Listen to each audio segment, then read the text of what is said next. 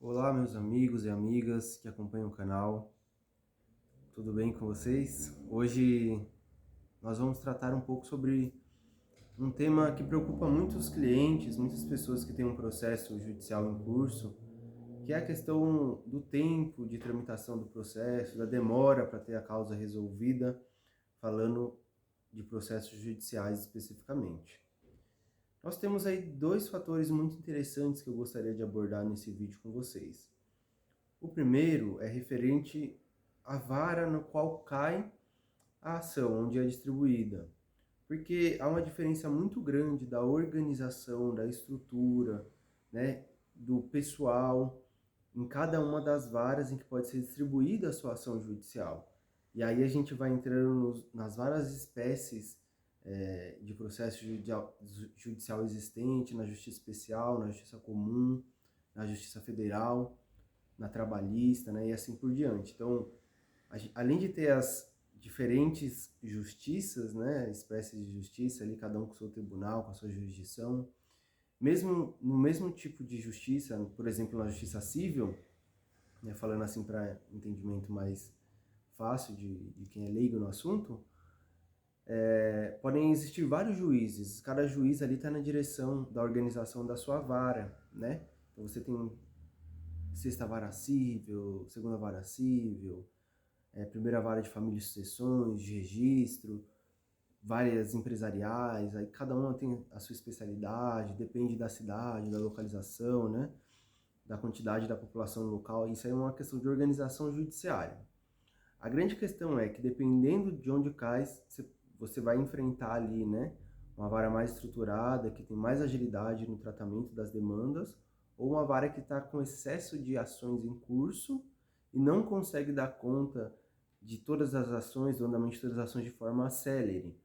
Então, diante dessa variação na estrutura do judiciário, nós temos casos, por exemplo, onde conseguimos alcançar uma sentença em poucos meses, até em 2 meses já conseguimos sentenças favoráveis aos nossos clientes, mas também no mesmo período, em muitos casos, não ocorre nem a citação, que é o ato inicial do processo, para a parte contrária compor aquele processo e aí ele dar um andamento, né, válido para ambas as partes litigantes. Então, é uma variação muito grande. Em certas ocasiões, você consegue encerrar um processo em poucos meses, em outras, no mesmo tempo, você não consegue nem dar início naquele processo corretamente, né, como deveria, no tempo que deveria ter sido dado, que deveria ter se iniciado, né, perdão. Então, essa é uma causa muito importante. Mas hoje eu gostaria de ressaltar principalmente a questão dos diferentes processos que podem haver dentro do seu processo judicial, tá? E aí nós vamos falar do procedimento que é a maior parte dos casos, que é o procedimento civil, tá? Procedimento comum na justiça civil. O que acontece? Dentro de um processo judicial podem existir até 3 processos judiciais. Vamos falar dessa forma para ficar mais didático, né? E as pessoas muitas vezes não entendem essa complexidade de existir vários processos dentro de um, certo? Então, existe um procedimento principal, na maioria dos casos, que é o processo de conhecimento. Vejam bem, processo de conhecimento. No processo de conhecimento, é aquele processo principal onde vai ser analisado o direito das partes e o juiz, no final, ali na sentença, vai determinar quem tem direito e em qual medida tem esse direito. Então, se você entrou com um pedido de indenização por danos morais, o juiz vai avaliar realmente se aquele caso é cabível de indenização por danos morais no entendimento dele, é claro, né, conforme ali disposto na legislação, em todos os parâmetros que ele tem para julgar. E aí ele vai proferir uma sentença, ele vai reconhecer seu direito ou não, né? Esteja você no polo ativo, quem entrou com a ação no polo passivo, quem faz a defesa, ele vai reconhecer ou não, totalmente ou parcialmente, porque pode ter mais de um pedido, geralmente tem mais de um pedido em cada ação judicial. E a partir daí, fica formado o título executivo judicial, ou seja, uma sentença que diz ali qual é o seu direito e o que você pode executar com base naquela decisão judicial. Então, se o juiz te fala que você ganhou 5 mil reais em danos morais, você tem direito a cobrar 5 mil reais de danos morais, você encerra ali o ciclo do processo de conhecimento, certo? A partir de então, acabou? Pode ser que sim, pode ser que não. Por quê? Porque se o juiz determina que esse é seu direito e a outra parte, ela reconhece ao final ali da sentença que realmente você foi o vencedor e ela te paga voluntariamente, o processo vai se encerrar. Tudo o que tinha para ocorrer, ocorreu. Agora, nós temos o processo recursal também, né? A fase recursal, porque é garantido pela Constituição o duplo grau recursal, né? Então, caso você tenha tido uma sentença que não foi de acordo com o seu entendimento justa e você deseja recorrer, deseja que essa decisão seja reavaliada por outros juízes, né, perante o tribunal, por juízes mais graduados, então você vai entrar nesse processo recursal, nessa fase recursal, nesse procedimento recursal. E a partir daí nós falamos que existe essa possibilidade de um segundo processo. Por que um segundo processo? Porque você vai apresentar a sua versão novamente dos fatos, defendendo, concordando ou discordando da sentença que foi proferida, da decisão que foi proferida. Se for também uma decisão intermediária ali, vai ter um recurso específico para aquele tipo de decisão. E aí, mais uma vez, um juiz vai analisar, vai ver os dois lados, né? A parte de quem está recorrendo, de quem está apresentando a defesa naquele recurso. Então, vai proferir uma decisão confirmando a decisão de primeiro grau, a decisão da sentença, ou reformando aquela decisão, né? Então, a partir daí, você tem um segundo procedimento. E por que a gente chama de segundo procedimento, segunda fase, segundo processo? Porque no recurso, o tempo de análise e julgamento, ele pode ser tão grande ou até maior do que foi no primeiro grau, que foi naquela parte da sentença, né?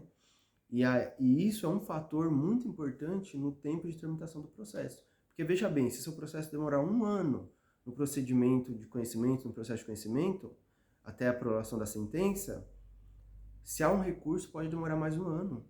O sistema judiciário brasileiro funciona assim, né?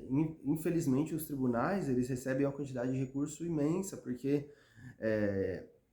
muitas partes, elas não fazem um filtro do quando realmente recorreu ou não. Muitas vezes recorrem sem ter a mínima possibilidade de direito, mas o fato é que chegando ali esse recurso para o desembargador, para o juiz de segundo grau, ele vai precisar analisar e verificar se aquela parte tem direito ou não naquele recurso, né? Então isso vai acabar tomando mais um tempo. Então vejam como isso pode até dobrar o tempo do processo facilmente. Ah, tudo bem, vamos supor que no seu caso houve um recurso, esse recurso foi julgado, a parte já não pode mais recorrer, a parte contrária. O processo acabou? Novamente, pode ser que acabe ou não. Porque mesmo quando a decisão está estabilizada por um recurso e a parte é condenada a pagar e não tem como recorrer mais, e assim ocorre o que a gente chama de trânsito em julgado daquela ação, confirmando que realmente a parte demandante tem aquele direito ou não tem aquele direito, pode existir ainda um processo de execução. Por quê? Veja bem, se você ganha ação e tem direito a uma indenização por danos materiais, por exemplo, um reembolso de um prejuízo que você sofreu na casa de 15 mil reais, a outra parte ela pode pagar voluntariamente, né, depois das decisões, ou simplesmente não pagar, resistir ao pagamento voluntário. E você não pode simplesmente ir lá e tomar os bens dela à força, né? E falar, vou pegar esse carro, vender, esse imóvel vender, vou pegar o dinheiro que está na sua conta e vender para pagar o que você me deve. Isso não existe. Então você tem que entrar novamente com mais um procedimento, mais uma fase, ou mais um processo, que é o processo de execução. Um processo no qual você vai buscar a penhora e a excursão daquele patrimônio de forma forçada, né? Você vai pedir ao juiz que o patrimônio do devedor seja levado ali a leilão, seja vendido e com o dinheiro daquela venda você seja pago, ou simplesmente vai pegar o dinheiro, o valor em conta, vai bloquear e vai pagar o que te deve.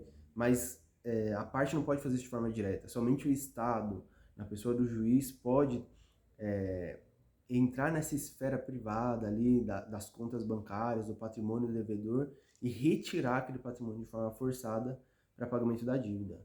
E o processo de execução pode durar também muito tempo, muitos meses, pode durar anos. Então, se você leva em consideração que cada uma dessas fases pode ter pelo menos 1 ano de tramitação, veja bem que você já tem 3 anos aí no curso de um processo, de forma muito fácil, muito simples ocorrer isso se houver essas fases, se houver o recurso, se houver a execução, né? É claro que em alguns casos não vai haver recurso, em outros não irá haver execução, a parte vai pagar voluntariamente, ou a parte vai concordar ali depois da sentença, ou a parte não vai ter a disposição de recorrer, nem sempre, né? As partes vão chegar na sentença e vão dar uma continuidade, vai acabar ali, tá? Então, é muito importante que todo mundo que seja um litigante, que esteja em processo, tenha essa consciência dessa possibilidade de haver pelo menos 3 processos aí dentro de uma mesma causa, dentro de uma mesma ação, né? E muitas vezes é difícil explicar isso para o cliente, ele não entende, porque demora, né? Porque a causa não encerrou, porque ele não recebeu o que tinha de direito, mas é porque podem ocorrer, né, esses novos processos aí, essas novas fases.